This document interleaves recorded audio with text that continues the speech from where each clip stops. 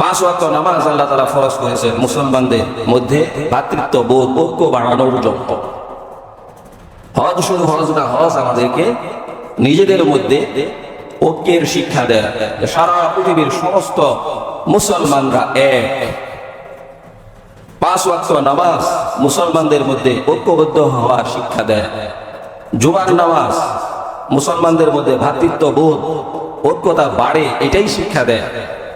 ঈদের নামাজ মসজিদে না পড়ে ঈদগাহে করতে বলা হয়েছে। কয়েক মহল্লাবাসী এক জায়গায় ঈদের নামাজ আদায় করবে, তার কারণ হচ্ছে এক মহল্লার মানুষ আরেক মহল্লার মানুষের সাথে পরিচয় হবে, সম্পর্ক হবে, একজন আরেকজনের ব্যথা সুবিধা অসুবিধা বুঝবে এবং তাদের মধ্যে ভ্রাতৃত্ব বোধ ঐক্য তৈরি হবে। এই জন্যই ঈদগাহে নামাজ পড়ার বিধান হয়েছে। জামাতের নামাজ ঘরে পড়লেও হবে, জামাতে পড়লেও হবে, তবে ঘরে পড়ার থেকে মসজিদে পড়া 27 গুণ বেশি সওয়াব। জামাত যত বড় হবে সওয়াব তত বাড়তে থাকবে। এবং রাসূল সাল্লাল্লাহু আলাইহি ওয়াসাল্লাম বলেছেন, যে ব্যক্তি কোনো ধরনের উজর ছাড়া, অসুবিধা ছাড়া, অসুস্থতা ছাড়া ঘরের মধ্যে নামাজ আদায় করে নেয়, আমি নবীর ইচ্ছা হয় তার ঘরটা আমি জ্বালিয়ে দিই। রহমতের নবী, দয়ার নবী কাফেরদের ব্যাপারে যত বড় ঘোষণা দেন নাই, কিন্তু যা জামাতে নামাজ পড়ে না, একা একই ঘরে নামাজ পড়ে না, তাদের জন্য এই কঠোর হুঁশিয়ারি রাসূল উচ্চারণ করেছে। কারণ জামাতে নামাজ পড়লে একজন আরেকজনের সাথে সাক্ষাৎ হবে, দেখা হবে, হাসি মুখে কথা বলবে। জামাতের নামাজে মুসলমানরা এক, জুমার নামাজে মুসলমানরা এক, ঈদের নামাজে মুসলমানরা এক, বিভিন্ন সম্মেলনে মুসলমানরা এক, এবং সারা বিশ্বের সমস্ত মুসলমানরা এসে হজের ময়দানে, আরাফাতের ময়দানেও এক, মুজদালিফার ময়দানে এক।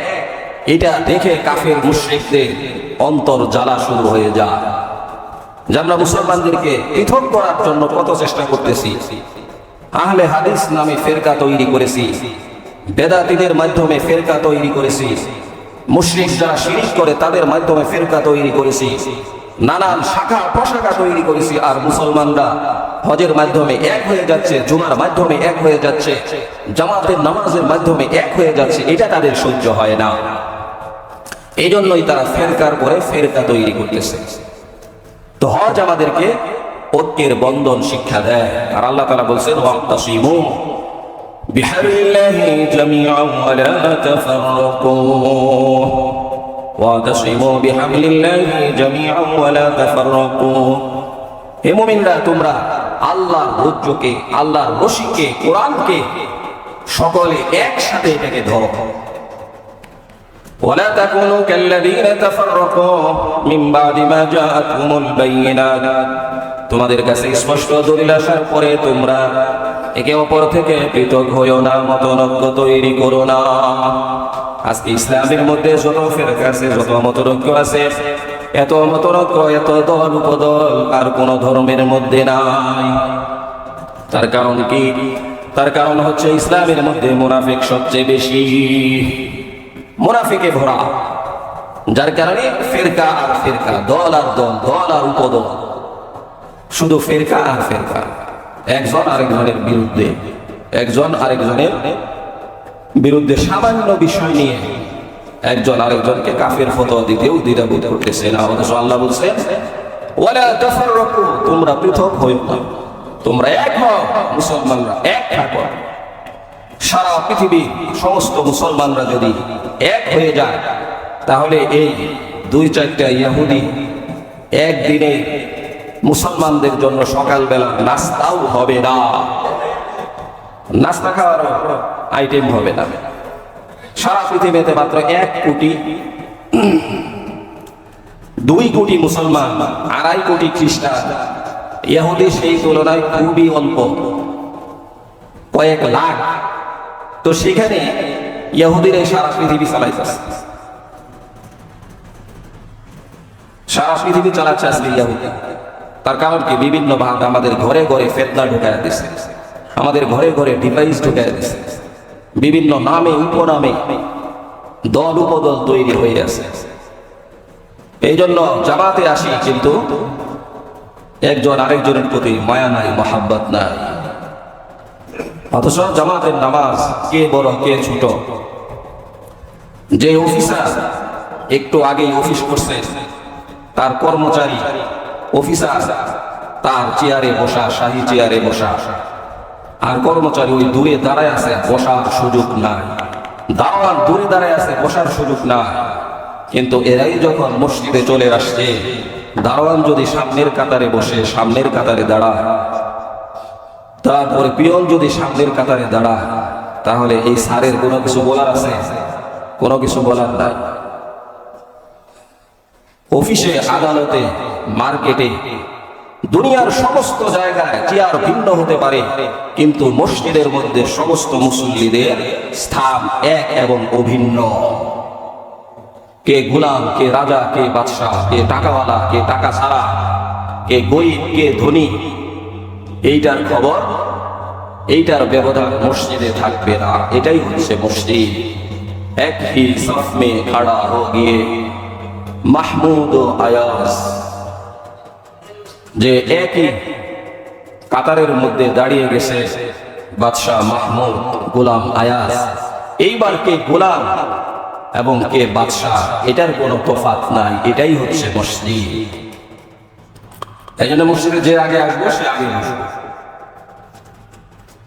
পৃথিবীর মধ্যে এটাই এরকম একটা স্থান, বড় অনুষ্ঠান, কিন্তু মেহমানদের জন্য আলাদা চেয়ার, সভাপতির জন্য আলাদা চেয়ার, বিভিন্ন জনের জন্য বিভিন্ন চেয়ার আছে, স্টেপ বাই স্টেপ।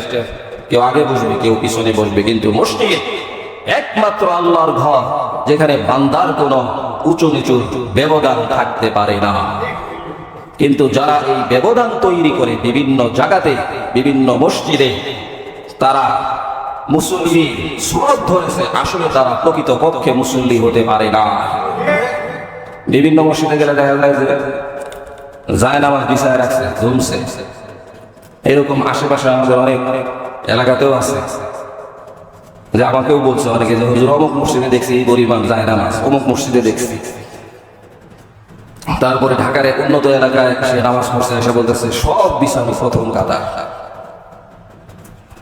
তো অর্থাৎ তারা মুসল্লির সুরত ধরছে, আসল মুসল্লি হইতে পারে না। তো এখানে কোনো ব্যবধান থাকতে পারে না মসজিদে। মসজিদে সবাই এক, সবাই আল্লাহর গোলাম, সবাই আল্লাহর বান্দা। আমাদের গুনাহ বেশি হয়ে গেছে, ন্যাক কম হয়ে গেছে। সমস্যা এইটাই। আজকেও সারা পৃথিবীর মুসলমানদের কাছে সবই আছে। মুসলমানদের সংখ্যা বেশি, মুসলমানদের অস্ত্র বেশি, মুসলমানদের শক্তি বেশি, মুসলমানদের অর্থ বেশি, মুসলমানদের তেল বেশি, মুসলমানদের সোনা বেশি, মুসলমানদের সবকিছুই বেশি। তারপরেও মুসলমানরা মার খায়। তার কারণ হচ্ছে মুসলমানরা আল্লাহ থেকে সরে গেছে। যদি সবাই আল্লাহওয়ালা হয়ে যাইত, তাহলে অর্থ লাগতো না, তেল লাগতো না, সোনা লাগতো না, কিছুই লাগতো না।